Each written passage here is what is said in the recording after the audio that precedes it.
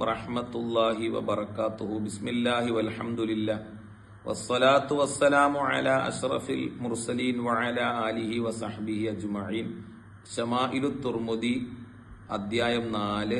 ബാബു മാ ജാഅ ഫീ തറജ്ജുലി റസൂലില്ലാഹ് സല്ലല്ലാഹു അലൈഹി വസല്ലം. അള്ളാന്റെ റസൂലിന്റെ മുടി ചീകലുമായി ബന്ധപ്പെട്ട് ചർച്ച ചെയ്യുന്ന അദ്ധ്യായം. ഹദീസ് നമ്പർ 31. അൻ ആയിഷത റളിയല്ലാഹു അൻഹ ഖാലത്ത്, ആയിഷ ബീവി റളിയല്ലാഹു അൻഹ പറയുകയാണ്, കുന്തു ഉറജ്ജിലു റഅസ റസൂലില്ലാഹി സല്ലല്ലാഹു അലൈഹി വസല്ലം, ഞാൻ നബി സല്ലല്ലാഹു അലൈഹി വസല്ലമ തങ്ങൾക്ക് മുടി ചീകി കൊടുക്കുമായിരുന്നു. വ അന ഹായിലുൻ, ഞാൻ മെൻസസുകാരിയായിരിക്കുമ്പോഴും. തിരുനബി സല്ലല്ലാഹു അലൈഹി വസല്ലം അവിടുത്തെ താടിയും മുടിയൊക്കെ വളരെ വൃത്തിയിലും ഭംഗിയിലും സൂക്ഷിച്ചിരുന്നതായി ഹദീസിന്റെ ഗ്രന്ഥങ്ങളിൽ നമുക്ക് കാണാൻ കഴിയും. ഈ ഹദീസ് വിശദീകരിച്ചുകൊണ്ട് ഇബ്നു ഹജർ അൽ ഹൈതമി റളിയല്ലാഹു അൻഹു രേഖപ്പെടുത്തുകയാണ്, ഫീഹി ദലാലത്തുൻ അലാ ത്വഹാറത്തി യദിഹ,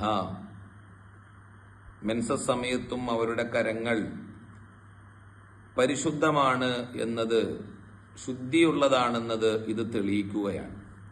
വസായിരി മാലം യഅ്തബിർ ദമുൻ മിൻ മദനിഹ, ശരീരത്തിൽ നിന്ന് രക്തമില്ലാത്ത സ്ഥലങ്ങളെല്ലാം ശുദ്ധിയുള്ളത് തന്നെയാണ്. വഹുവ ഇജ്മാഉൻ, അത് പണ്ഡിത ലോകത്തെ ഏകോപന അഭിപ്രായമാണ്. വഅലാ അന്നഹു ലാ തുക്റഹു മുഖാലതതുഹ, അതുകൊണ്ട് തന്നെ ആ സമയത്ത് സ്ത്രീയുമായി ഇടകലരുന്നതിന്, ഭാര്യയോട് ഭർത്താവ് ഇടകലരുന്നതിന് ഒരു പ്രയാസവുമില്ല. വലാ ഇസ്തിഅമാലു മഅജൂനിഹ വ മത്ബൂഖിഹ,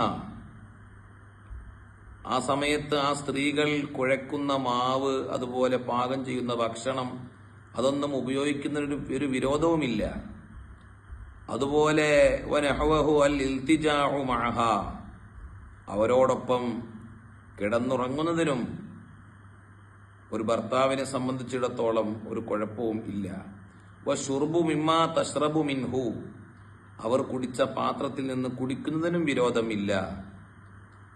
എന്തുകൊണ്ടാണ് ഇങ്ങനെ പറയാനുള്ള കാരണം? അതെ, വമുജാനബതുഹ ഹാലൽ ഹൈളി ത്വരീഖത്തുൽ ലിൽ യഹൂദ് ലഅനഹുമുല്ലാഹ്, ജൂതന്മാരാകുന്ന ആളുകൾ അവരുടെ ഭാര്യമാർക്ക് മെൻസസ് ആകുന്ന സമയത്ത് അവർ വീടുകളിൽ നിന്ന് അവരെ പുറത്താക്കുകയും അവരെ കാണാതിരിക്കാൻ പോലും ശ്രമിക്കുകയും അവർ ഉണ്ടാക്കിയ ഭക്ഷണങ്ങൾ കഴിക്കാതിരിക്കുന്ന ചില മോശപ്പെട്ട ആചാരങ്ങൾ ജൂതന്മാരാകുന്ന ആളുകൾക്കുണ്ട്. അതുകൊണ്ടാണ് തിരുനബി സല്ലല്ലാഹു അലൈഹി വസല്ലമ തങ്ങളുടെ ഈ ഹദീസ് രേഖപ്പെടുത്തിക്കൊണ്ട് ഇബ്നു ഹജർ അൽ ഹൈതമി റളിയല്ലാഹു അൻഹു ഈ വിഷയങ്ങളൊക്കെ രേഖപ്പെടുത്തുന്നത്. മാത്രവുമല്ല, ഈ ഹദീസിൽ നിന്ന് മറ്റൊരു പാഠം കൂടി അവിടുന്ന് ഇബ്നു ഹജർ തങ്ങൾ വിശദീകരിക്കുന്നുണ്ട്. വഅലാ അന്നഹു യംബഗി ലിൽ മർഅതി അൻ തതവല്ലാ ഖിദ്മത സൗജിഹാ ബിനഫ്സിഹാ ഫീ സാഇരിൽ അഹ്വാൽ, സ്ത്രീകൾക്ക് അത്യാവശ്യമാണ് അൻ തതവല്ലാ ഖിദ്മത സൗജിഹാ, തന്റെ ഭർത്താവിന്റെ ഖിദ്മത്തുകൾ, ഭർത്താവിന് സേവനം ചെയ്തു കൊടുക്കൽ അവർ സ്വയം ഏറ്റെടുക്കണം. ബിനഫ്സിഹ, സ്വയേഷ്ടപ്രകാരം, സ്വമനസ്സോടെ. ഒരിക്കലും അത് അവർക്ക് നിർബന്ധമുള്ള കാര്യങ്ങൾ അല്ല എന്ന് നമുക്കറിയാം. എന്നാൽ അതൊക്കെ ഒരു ഹുസ്നുൽ മുആശറ, സഹവർത്തിത്വത്തിന്റെ സൗകുമാര്യത, ആ ഒരു പരസ്പരം സ്നേഹിച്ചും സഹകരിച്ചുമുള്ള ജീവിതം, പരസ്പരം അങ്ങോട്ടും ഇങ്ങോട്ടുമുള്ള കടപ്പാടുകൾ പരസ്പരം പാരസ്പര്യത്തിലൂടെ ആണല്ലോ നേടിയെടുക്കേണ്ടത്. ആ പാരസ്പര്യത്തിന്റെ ഭാഗമായി തന്റെ ഭർത്താവിന് ഖിദ്മത്ത് എടുക്കുന്ന വിഷയത്തിൽ അവർ സ്വയം മുന്നോട്ട് വരണം. ഫി സാഇരിൽ അഹ്വാൽ, എല്ലാ സമയത്തും എന്നതും ഇത് തെളിവാണ്. ഏത്?